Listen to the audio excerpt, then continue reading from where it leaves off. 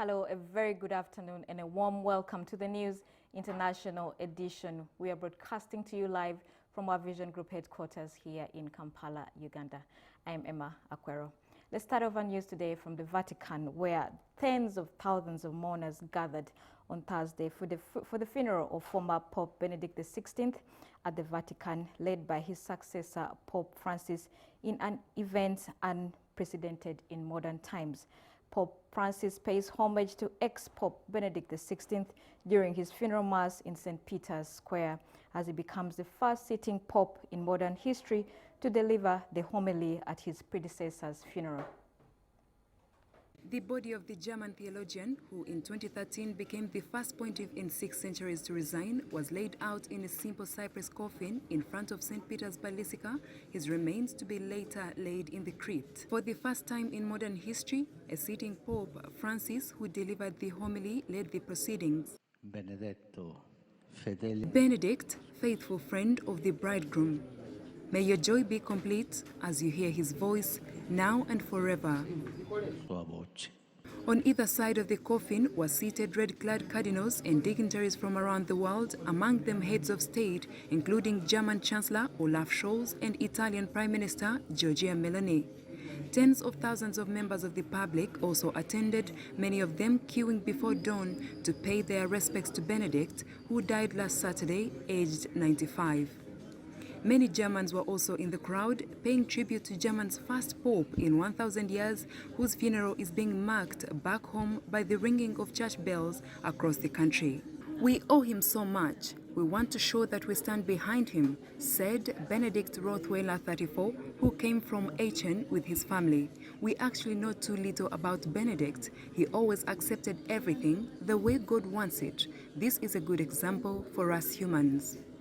An estimated 195,000 people have already paid their respects during 3 days of lying in state at the Basilica, the Vatican said, while up to 100,000 were expected for Thursday's funeral. Benedict will be interred in a tomb in the crypt beneath the Basilica, where John Paul II's body lay before it was moved for his beatification in 2011.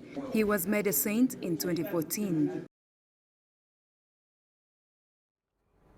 Now here are images of candles placed in front of the bathhouse of former Pope Benedict XVI in the Bavarian town of Marko as his funeral starts in the Vatican City.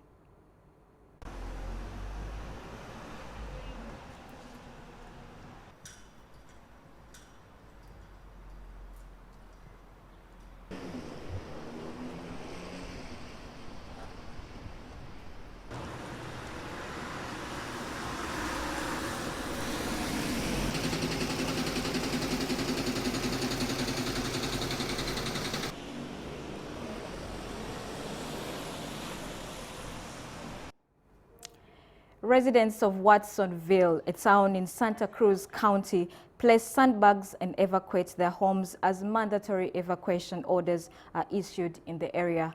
Communities in the Bay Area continue to prepare for heavy rains as a major winter storm brings heavy winds and downfall.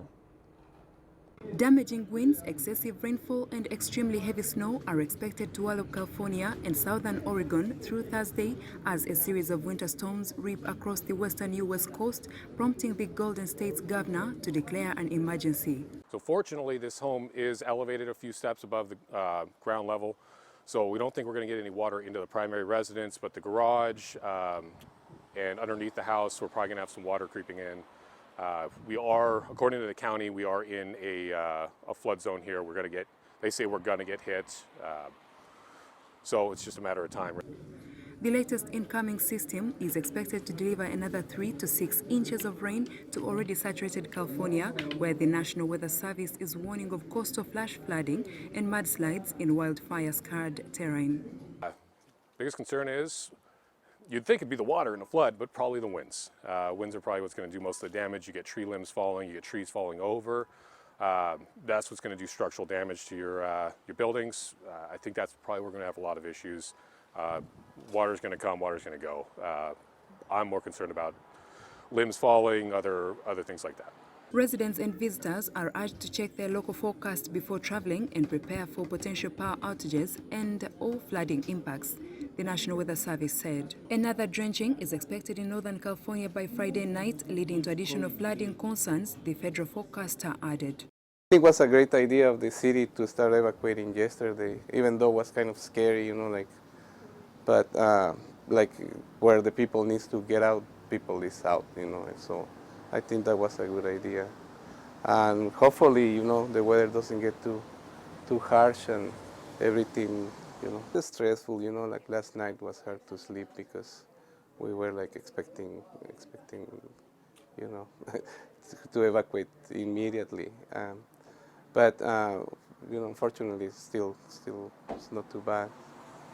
The combination of a bomb cyclone, a sudden steep drop in air pressure, and atmospheric rivers, where moisture-laden air is drawn in from the oceans, have prompted mandatory evacuation orders in the most populous U.S. state.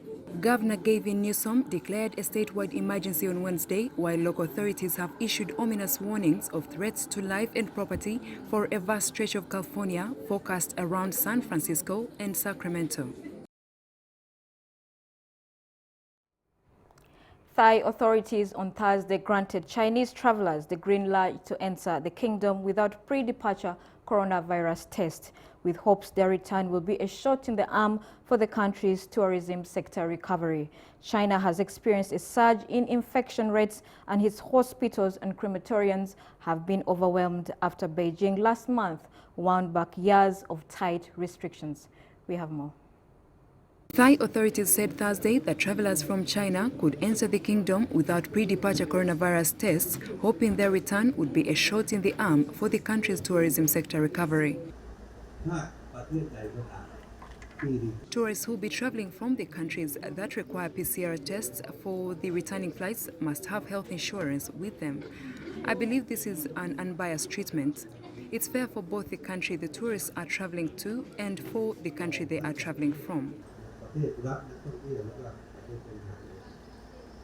The United States, Canada, Japan and France are among the countries that have imposed new rules requiring travelers from China to provide negative COVID tests as concerns grow over the spike in cases. But Thai authorities on Thursday said all countries should be treated the same. Regarding Chinese tourists coming back to Thailand, this is an opportunity to revitalize the Thai economy and regain what we've lost in the past 3 years. We are reopening our country with readiness because tourism is one of the most important revenues of Thailand. Tains Petsuan, Deputy Governor of the Tourism Authority of Thailand, said he expected about 60,000 Chinese nationals to enter Thailand this month and for numbers to steadily rise. Because I think everywhere, every tourist, every nationality now, COVID become one of the normal situation that I think Thailand can accept that. We have not required anything from cluster. We have not worry much about the cluster from Chinese tourists.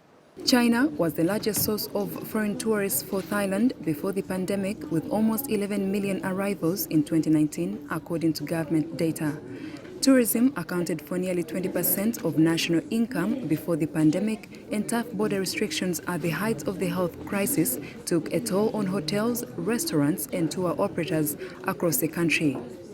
In December, Thailand clocked its 10 millionth international visitor for 2022, a major increase on the 430,000 seen in 2021, but still way off the 40 million arrivals of 2019.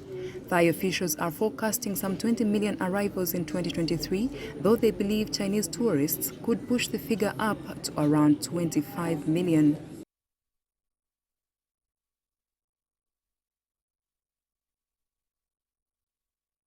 International edition will now take a short break, but please stay with us.